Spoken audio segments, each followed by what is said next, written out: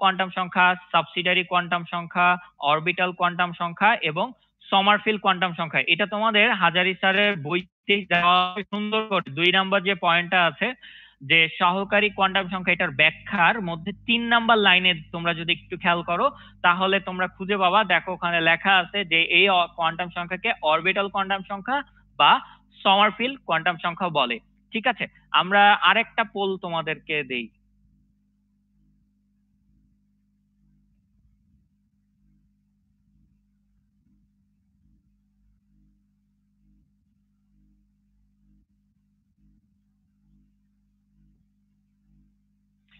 বস্তুর চুম্বকীয় ধর্ম ব্যাখ্যা করার জন্য কোন কোয়ান্টাম সংখ্যা ব্যবহার করা হয়? তোমরা এই কোশ্চেনটার অ্যান্সার করো।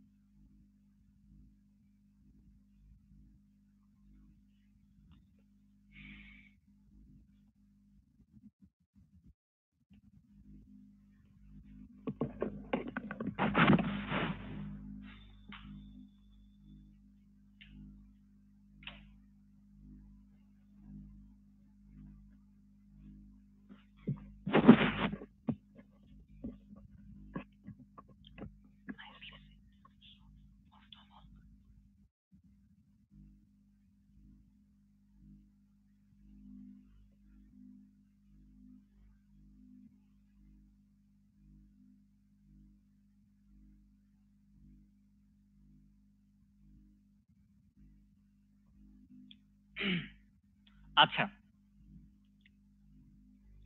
তো যাই হোক, তোমরা সবাই সবচেয়ে বেশি অ্যান্সার করছো হচ্ছে চুম্বকীয় কোয়ান্টাম সংখ্যা। বস্তু চুম্বকীয় ধর্ম কে ব্যাখ্যা করে? সবচেয়ে বেশি ভোট পড়েছে চুম্বকীয় কোয়ান্টাম সংখ্যায়।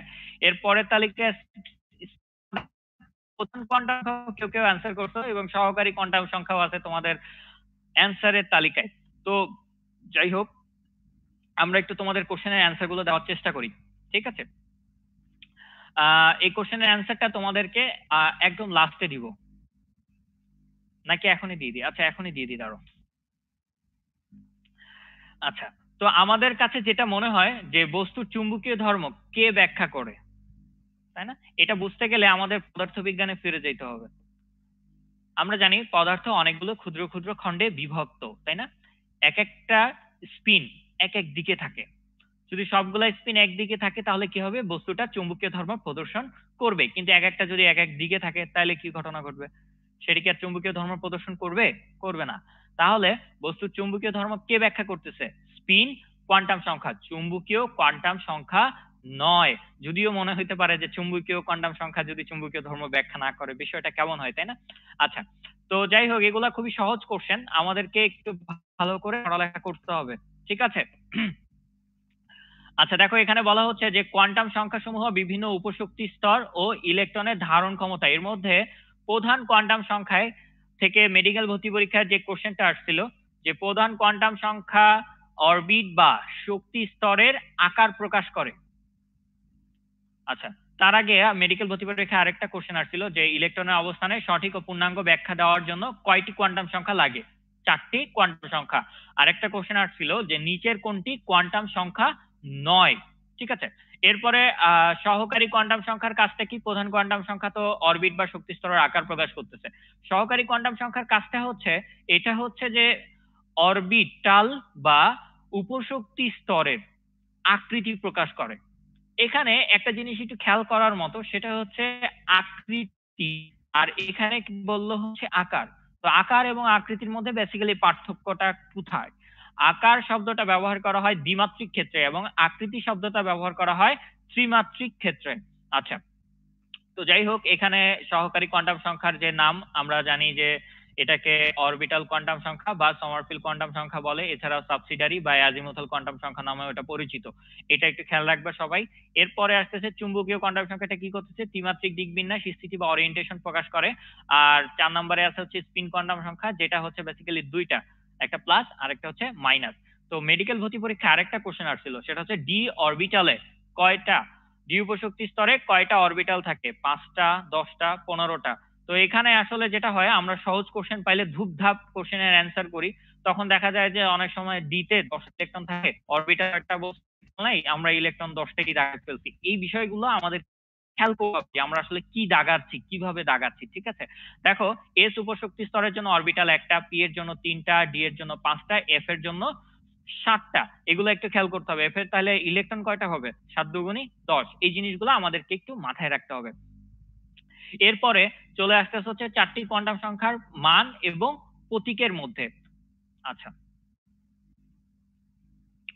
তো দেখো এখানে বলা হচ্ছে যে প্রধান কোয়ান্টাম সংখ্যা, সরি, আচ্ছা, প্রধান কোয়ান্টাম সংখ্যার মধ্যে কিছু ব্যাখ্যা আছে যেগুলো আমাদেরকে একটু জানতে হবে। তো বোর ব্যাসার্ধ যেটা, এটা আমরা আগেও পড়ে আসছি, সেটা ওখানে পড়ছিলাম 0.529 আর্মস্ট্রং। তো এখানে আবার দেখো দেওয়া আছে 5.292 ইন্টু 10⁻11 মিটার। আচ্ছা, তারপর আসতেছে খ নাম্বার, ওখানে বলা হচ্ছে একটা ইলেকট্রনের শক্তির মানকে আমরা নেগেটিভ ধরি, তাই না? ইলেকট্রনের শক্তির মান দেখো এখানে দেওয়া আছে -2.18 ইন্টু 10⁻18। এটা একটু খেয়াল করবা। এরপরে আরো দুইটা জিনিস লাগবে, যেটা হচ্ছে 1 মোল ইলেকট্রনের শক্তি -1312 কিলো জুল পার মোল। তাই এক হাইড্রোজেন পরমাণু বা 1 মোল ইলেকট্রনের আয়নীকরণ শক্তির মান কত হবে, +1312 কিলো জুল পার মোল। এই বিষয়গুলো আমাদেরকে একটু জানতে হবে ভালো করে। তো এখান থেকে আরো কিছু কোশ্চেন আসে, যেমন প্রধান কোয়ান্টাম সংখ্যার তাৎপর্য কি। তাৎপর্যের মধ্যে প্রধান কোয়ান্টাম সংখ্যা হচ্ছে প্রধান বর্ণালী রেখার ব্যাখ্যা করে। 2 নম্বরে আছে হচ্ছে সহকারী কোয়ান্টাম সংখ্যা। সহকারী কোয়ান্টাম সংখ্যার কাজ কি? সহকারী কোয়ান্টাম সংখ্যার কাজ হচ্ছে, আমরা হচ্ছে জানতাম যে পরমাণুর যে মূল রেখা, বর্ণালী রেখা, এটা সূক্ষ্ম রেখায় বিভক্ত হয়, তাই না? এই যে সূক্ষ্ম রেখার উৎপত্তি, এই উৎপত্তিটা ব্যাখ্যা করে সহকারী কোয়ান্টাম সংখ্যায়। এরপরে আসতেছে হচ্ছে চুম্বকীয় কোয়ান্টাম সংখ্যা। চুম্বকীয় কোয়ান্টাম সংখ্যার কাজ কি? সূক্ষ্ম রেখাগুলো যে বিভিন্ন রেখায় বিভক্ত হয়, বর্ণালী রেখাগুলো যে সূক্ষ্ম রেখায় বিভক্ত হয়, এই বিভক্ত হওয়ার কারণ ব্যাখ্যা করে কে?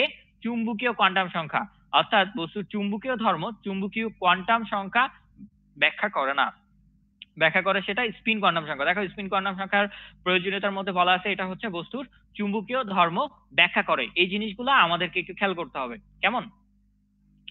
আচ্ছা, প্রত্যেকটার এখানে জাস্ট এটা মনে রাখতে হবে, উৎপত্তি এখানে ব্যাখ্যা, বিভক্ত হওয়ার কারণ ব্যাখ্যা করে, আর এখানে হচ্ছে চুম্বকীয় ধর্ম ব্যাখ্যা করে। এই জিনিসগুলো আপাতত জানতে হবে। আচ্ছা, আমরা পরের স্লাইডে চলে যাই। দেখো পরের স্লাইডে ওখানে বলতেছে যে কোয়ান্টাম সংখ্যা কে কোনটা আবিষ্কার করছে। প্রধান কোয়ান্টাম সংখ্যা আবিষ্কার করেন হচ্ছে বিজ্ঞানী বোর। এগুলা আমাদেরকে একটু মুখস্থ করে নিতে হবে। সহকারী কোয়ান্টাম সংখ্যা আবিষ্কার করেন সমারফিল্ড। তারপরে চুম্বকীয় কোয়ান্টাম সংখ্যা জি ম্যান, এবং স্পিন কোয়ান্টাম সংখ্যা উলেন এবং গোল্ডস্মিথ। এই জিনিসগুলো আমাদেরকে একটু ভালো করে পড়তে হবে। আচ্ছা,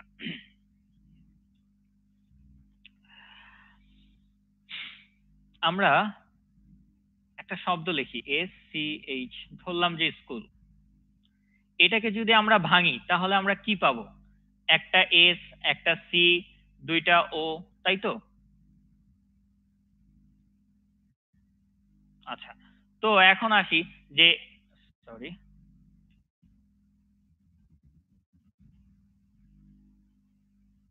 একটা এস পাবো, দুইটা ও পাবো, এল পাবো, তাই না? তো এখন আসি যে এই এসটাকে কি আর ভাঙা সম্ভব? না।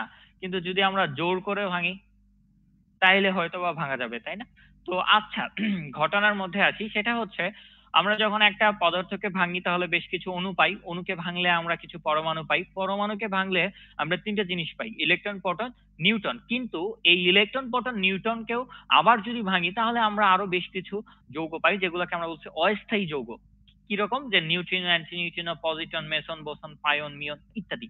আচ্ছা, তো দেখো আমরা এখন চলে আসতেছি হচ্ছে 2.2.4 পরমাণু, পরমাণুর মূল কণিকা সমূহ। তো আমাদের হাজারিনাক স্যারের বইতে লেখা ছিল যে পরমাণুর মূল কণিকার সংখ্যা প্রায় 200টারও বেশি। আচ্ছা, তো মূল কণিকাকে আমরা প্রকারভেদ করছি, এটা হচ্ছে 3 প্রকার: স্থায়ী মূল কণিকা, অস্থায়ী মূল কণিকা। যদিও সঞ্জিত হাজারি নাকসারের বইতে দেওয়া আছে স্থায়ী মূল কণিকা এবং অস্থায়ী মূল কণিকা, 3 নাম্বার কোনো পয়েন্ট দেয় নাই। যদিও ওখানে আলাদাভাবে লিখে দিছে যে কম্পোজিট কণিকা হচ্ছে আরেক ধরনের। তো এই বিষয়টা একটু খেয়াল করতে হবে আমাদের। তো আমরা এটা